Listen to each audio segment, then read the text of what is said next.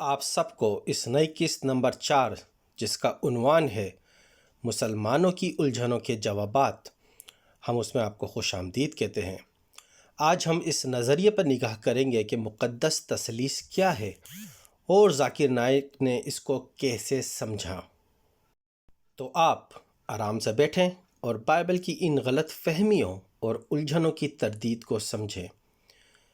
یہ وہ دو حوالہ جات ہیں جو ذاکر نائک نے قرآن سے پیش کیے، جن سے ایسا لگتا ہے کہ یہاں تثلیث کے لفظ کا ذکر ہے، تاہم یہ وہ واحد مقام نہیں ہے جہاں تثلیث کا لفظ قرآن مجید میں پایا جاتا ہے۔ ذاکر نائک نے ان مقامات کو تو چھوڑ دیا اور ان میں سے کسی اور کا ذکر نہیں کیا۔ سورہ المائدہ میں تثلیث کا حوالہ آیت نمبر 116 جو کہ اس کا واضح حوالہ ہے، اور وہ یہ کہتی ہے، اور جب اللہ پوچھے گا کہ اے عیسیٰ ابن مریم، کیا تم نے لوگوں سے کہا تھا کہ مجھ کو اور میری ماں کو خدا کے سوا معبود بنا لو؟ تو یہاں آپ یسوع سے اللہ کو پوچھتا ہوا پاتے ہیں۔ اللہ جس نے یسوع پر اپنے پیروکاروں کو تثلیث پر ایمان رکھنے کا الزام لگایا ہے، جو کہ اللہ کی بیوی مریم اور عیسیٰ جو کہ بیٹے کو خدا ہونے پر مشتمل ہے۔ پس یہ تثلیث اصل میں خدا باپ، خدا ماں اور خدا بیٹے پر مشتمل ہے۔ ایک جھوٹی تعلیم جو کبھی کہیں اناجیل اربع یا صحیفوں یا کہیں بھی جو بائبل ہمارے پاس موجود ہے اس میں نہیں سکھائی گئی۔ مسیحیت اور مسیحوں کی بائبل میں تثلیث خدا باپ، خدا بیٹا اور خدا روح القدس ہے، جو کہ سچی تثلیث ہے، جس کو انجیل اور نئے عہد نامے میں واضح پایا جاتا ہے۔ ذاکر نائک نے بہت غلط بیانی کی اور قرآن سے حوالہ دینے سے بھی درگریز کیا، جہاں تثلیث کی جھوٹی اور غلط تصویر کشی موجود ہے۔ اسلام کو تثلیث کا یہ غلط تصور کہاں سے ملا، جہاں خدا باپ، خدا بیٹا اور خدا ماں کا بیان ہے؟ یقینی طور پر یہ تعلیم ابتدائی کلیسا کی تو نہیں۔ لازمی ہے کہ پیغمبر اسلام کے وقت عرب میں اس دوران گردش کرتی ہوئی جھوٹ پر مبنی یہ تعلیم تھی۔ کیا اصل میں تثلیث کا تصور بائبل میں موجود نہیں؟ ہم یہاں پر دیکھتے ہیں کہ ذاکر نائک اپنے آپ کو بڑھا چڑھا کر تثلیث کے بارے میں جھوٹی تعلیم اور تصور پیش کر رہے ہیں، جس کا بائبل میں تو کوئی ذکر ہی نہیں۔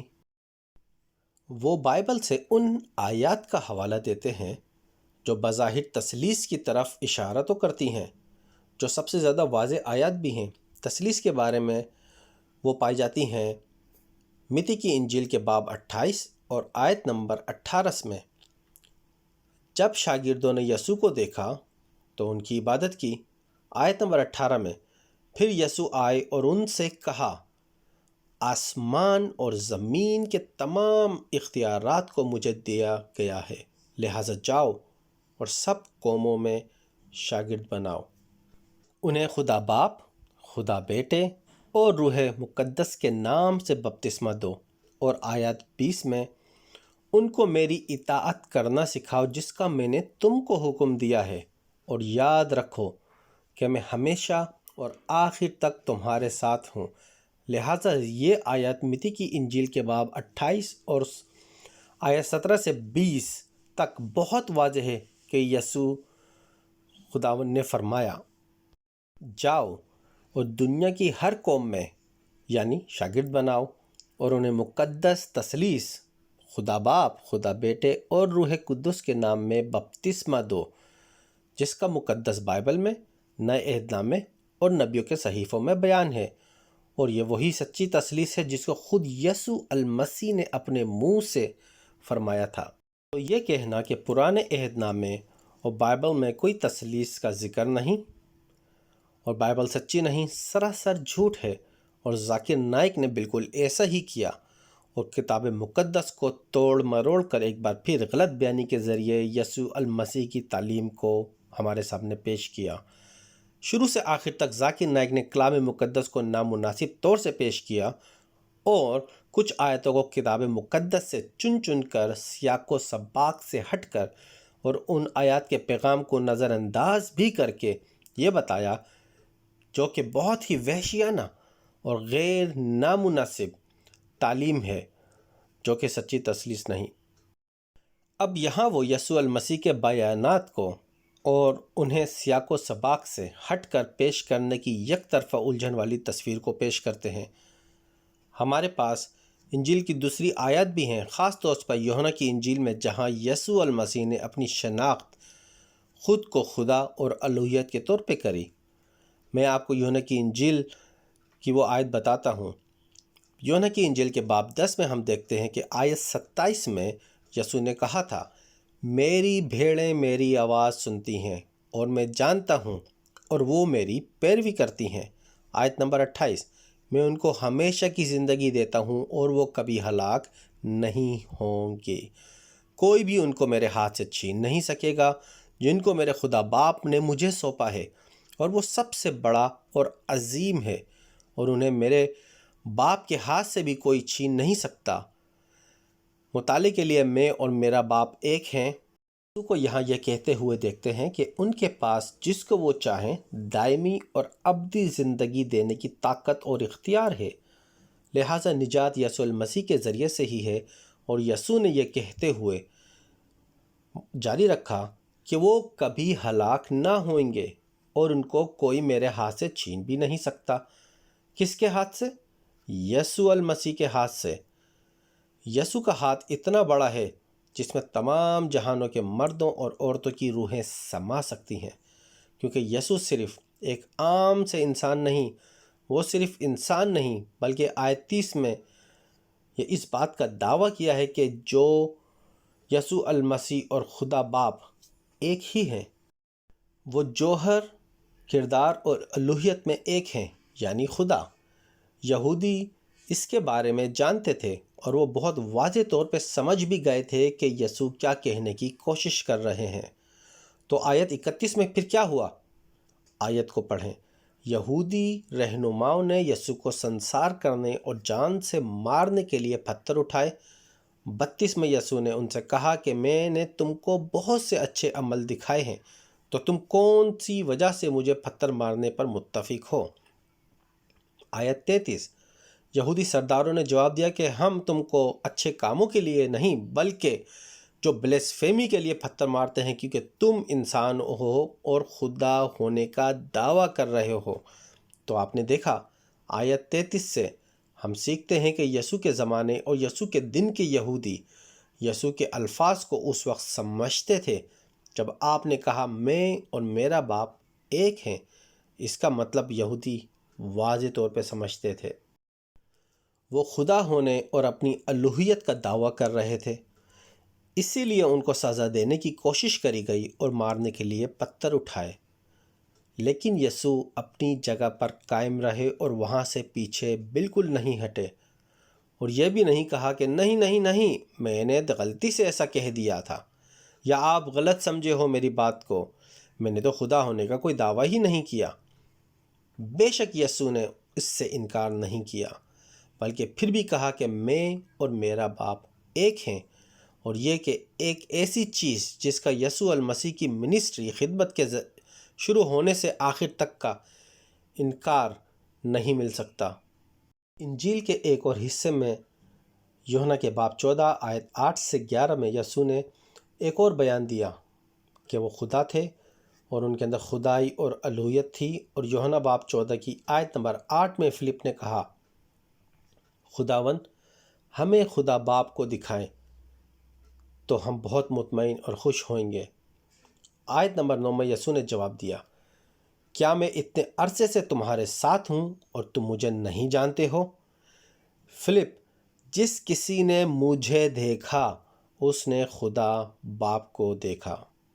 آپ کیسے کہہ سکتے ہیں کہ ہمیں باپ دکھائیں؟ آیت 10 میں، کیا تم نہیں مانتے کہ میں خدا اور خدا باپ مجھ میں ہے؟ وہ الفاظ جو میں نے کہے وہ میرے نہیں لیکن میرے اندر رہنے والا باپ معجزے کرتا ہے۔ آیت نمبر 11، مجھ پر یقین کرو کہ باپ مجھ میں اور میں باپ میں ہوں۔ تو آپ صرف ان 3 یا 4 آیات میں دیکھتے ہیں کہ یسوع المسیح نے اپنے قریبی شاگردوں پر بہت واضح کیا کہ وہی سب کے رب ہیں، اور جس نے ان کو دیکھا وہ خدا کو دیکھ چکا ہے۔ تو یہ ایک ایسی چیز ہے جو مسلمانوں کو پڑھنے کی ضرورت ہے، کیونکہ یا تو وہ ان آیتوں کو سرسری طور پر پڑھتے ہیں یا ان کو پڑھنے سے انکار ہی کر دیتے ہیں۔ یہ آیت مسیح کی تکمیل اور مسیح کی مستقل تعلیم، جہاں ان کی الوہیت کا واضح دعوے پیش کیا گیا ہے، موجود ہے۔ یہ صرف یوحنا کی انجیل میں نہیں ہے، بلکہ متی، مرکز اور لوکا کی طرح دیگر اناجیلوں میں بھی پائی جاتی ہیں، اور اسی کو ذاکر نائک نے پڑھنے سے انکار کر دیا ہے، کیونکہ وہ خود انجیل سے ناواقف ہیں، وہ بائبل کو نہیں جانتے، یا پھر جان بوجھ کر اپنی جھوٹی تعلیمات سے لوگوں کو گمراہ کر رہے ہیں، جسے اب درست کرنے کی بہت ضرورت ہے۔ یوحنا کی انجیل سے ایک اور آیت پیش خدمت ہے، یوحنا باب 17 آیت 5، جہاں یسوع نے خدا سے کہا، اور اب باپ مجھے اپنے پاس اس جلال کے ساتھ جلالی کر جو دنیا کی تخلیق سے پہلے میرا تیرے ساتھ موجود تھا۔ تو یہاں یسوع خدا کو کہہ رہے ہیں کہ ان کو جلالی بنا، اس جلال کے ساتھ جو دنیا کی تخلیق سے پہلے خدا باپ کے ساتھ تھا۔ یسوع پہلے ہی خدا کے ساتھ یہ جلال رکھتے تھے، اور اس لیے وہ صرف ایک عام آدمی نہیں، بلکہ یہ ان کی عظمت اور عزت ہے، اور ان کی عبادت دنیا کی تخلیق سے پہلے ہی مقرر ہے۔ ایک اور انجیل مرکز باب 14 آیت 62 میں پایا جا سکتا ہے، تو ہم آیت 60 سے پڑھ سکتے ہیں، جہاں یسوع سردار کاہن کے سامنے کھڑے تھے۔ کاہن جو ان سے جرح کر رہا تھا اور اپنی شناخت بتانے کا حکم دے رہا تھا۔ پھر سردار کاہن نے یسوع سے پوچھا کہ تمہارے پاس کوئی جواب نہیں ہے اس کے بارے میں جس کی گواہی یہ لوگ تمہارے خلاف کہہ رہے ہیں؟ لیکن آیت 61 میں یسوع خاموش رہے اور کوئی جواب نہیں دیا۔ ایک بار پھر سردار کاہن نے ان سے سوال کیا، کیا تو ہی عظیم جلال والا خدا کا بیٹا المسیح ہے؟ آیت 62 میں یسوع نے کہا، ہاں میں ہی وہ مبارک ہوں، یعنی خدا کا بیٹا، اور تم ابن آدم کو قادر مطلق کے داہنی طرف بیٹھے اور آسمان کے بادلوں کے ساتھ آتے دیکھو گے۔ یہ سن کر سردار کاہن نے اپنے کپڑے پھاڑ دیے اور کہا کہ اب ہمیں مزید گواہوں کی ضرورت کیوں ہے؟ تم نے یہ سنا ہے، اور یہ سردار کاہن ہے جو سب سے بڑا مذہبی رہنما ہے جس نے اس الزام کی تصدیق کری۔ اس کی نظر میں یسوع المسیح نے دعویٰ کر کے گستاخانہ الفاظ کہے کہ میں خدا ہوں، اور اسی لیے انہوں نے اسے سزائے موت دی کہ ایک آدمی ہو کر خدائی کا دعویٰ کر رہا ہے۔ میں ہی وہ مبارک ہوں، اور ایک دن تم دیکھو گے کہ خدا کے دائیں ہاتھ پر بیٹھے ہوئے آدمی کا بیٹا جو طاقتور ہے بادلوں کے ساتھ آئے گا۔ تو یہاں آدمی کا بیٹے ہونے کا کیا مطلب ہے؟ جو کہ خدا کے دائیں طرف طاقت رکھتا ہے۔ کیا انہوں نے یہ الفاظ خود ہی بنائے تھے؟ براہ مہربانی کہیں کہ نہیں۔ ان الفاظ کی ابتدا پرانے عہد نامے میں زبور کی کتاب کے اندر ہوئی تھی۔ تو آئیے ہم زبور کی طرف چلیں۔ زبور باب 110 آیت نمبر 1 کو دیکھیں، جس میں لکھا ہے کہ یہوہ نے میرے خداوند سے کہا، تو میرے داہنے ہاتھ بیٹھ، جب تک کہ میں تیرے دشمنوں کو تیرے پاؤں کی چوکی نہ کر دوں۔ اس کو اس طرح بھی کہا جا سکتا ہے کہ میرے خدا نے خدا سے کہا، اس لیے وہاں دو خداون ہیں، جو خدا ہے خداوند یہوہ ہے، جس نے میرے خدا سے کہا، میرے دائیں ہاتھ پر بیٹھو جب تک میں تیرے دشمن کو تیرے پاؤں کی چوکی نہ بنا دوں۔ تو یہاں یسوع یہ کہہ رہے ہیں کہ تم آدمی کے بیٹے کو دیکھو گے جو خدا کے دائیں طرف طاقت اور عظمت میں بیٹا ہے۔ یہاں یسوع براہ راست خود کو زبور 110:1 سے جوڑ رہے ہیں۔ اس لیے یہ آیت یسوع نے خود نہیں بنائی تھی، بلکہ حقیقت میں اس کو زبور میں بادشاہ داؤد نے، جو اس کے مصنف تھے، انہوں نے اس پیشین گوئی کو لکھا تھا کہ انسان کے بیٹے کی آمد ہوئے گی جو خدا قادر کے دائنے ہاتھ پر بیٹا ہوگا۔ کہ نائک کہتے ہیں کہ یسوع نے اپنی الوہیت کے بارے میں کچھ نہیں کہا، تو یہ ان صحیفوں کی روشنی میں جن کو آپ کے سامنے پیش کیا گیا ہے ایک سراسر جھوٹا بیان ہے۔ تو وہ صرف ایک ملے جلے آیتوں کا حوالہ دینا پسند کرتے ہیں، جس کو سیاق و سباق سے ہٹ کر پیش کیا جاتا ہے، جسے وہ اپنی مرضی سے جن آیتوں کو توڑ مروڑ کر پیش کرنا چاہتے ہیں ان کو منتخب کیا، اور اپنے بیان سے اس طرح پیش کرنے کی کوشش کری کہ سننے والوں کو لگے کہ اس کی خام خیال والی باتیں جو ہیں بہت سچی ہیں۔ لیکن ان کی یہ کوشش کامیاب نہیں ہو سکے گی، کیونکہ ان کے بیان کا کوئی وجود سچائی اور حقیقت پر قائم نہیں، کیونکہ یہ ان کے اپنے من گھڑت خیالات اور پروپیگنڈا ہیں۔ اسی لیے ہم آپ کو مکمل بائبل پڑھنے کی ہمت افزائی کرتے ہیں، جس میں یسوع المسیح کے اپنے بیانوں سے تثلیث کا بالکل واضح بیان ہے۔ اس کا میتی کے باب 20 اور آیت 19 میں بہت واضح بیان ہے، جو کہ خدا باپ، خدا بیٹے مقدس ہے۔ تو یہ کہنا کہ تثلیث کا لفظ نہ ہی موجود ہے اور نہ ہی اس کا کوئی نظریہ نئے نامے میں ملتا ہے، ایک بالکل کھلی اور جھوٹی تعلیم ہے۔ تو ہم آپ کو مکمل بائبل پڑھنے کی ترغیب دیتے ہیں، ہمت افزائی کرتے ہیں، تاکہ آپ سچ کا اور جھوٹ کا موازنہ خود کر سکیں اور سچائی کو جان کر اسے قبول کر سکیں۔ اگر آپ کا اس ویڈیو کے بارے میں کوئی سوال ہے یا کچھ جاننا چاہتے ہیں تو پلیز ہمیں ای میل لکھیں۔ جب تک کے لیے آپ کا شکریہ۔ خدا حافظ۔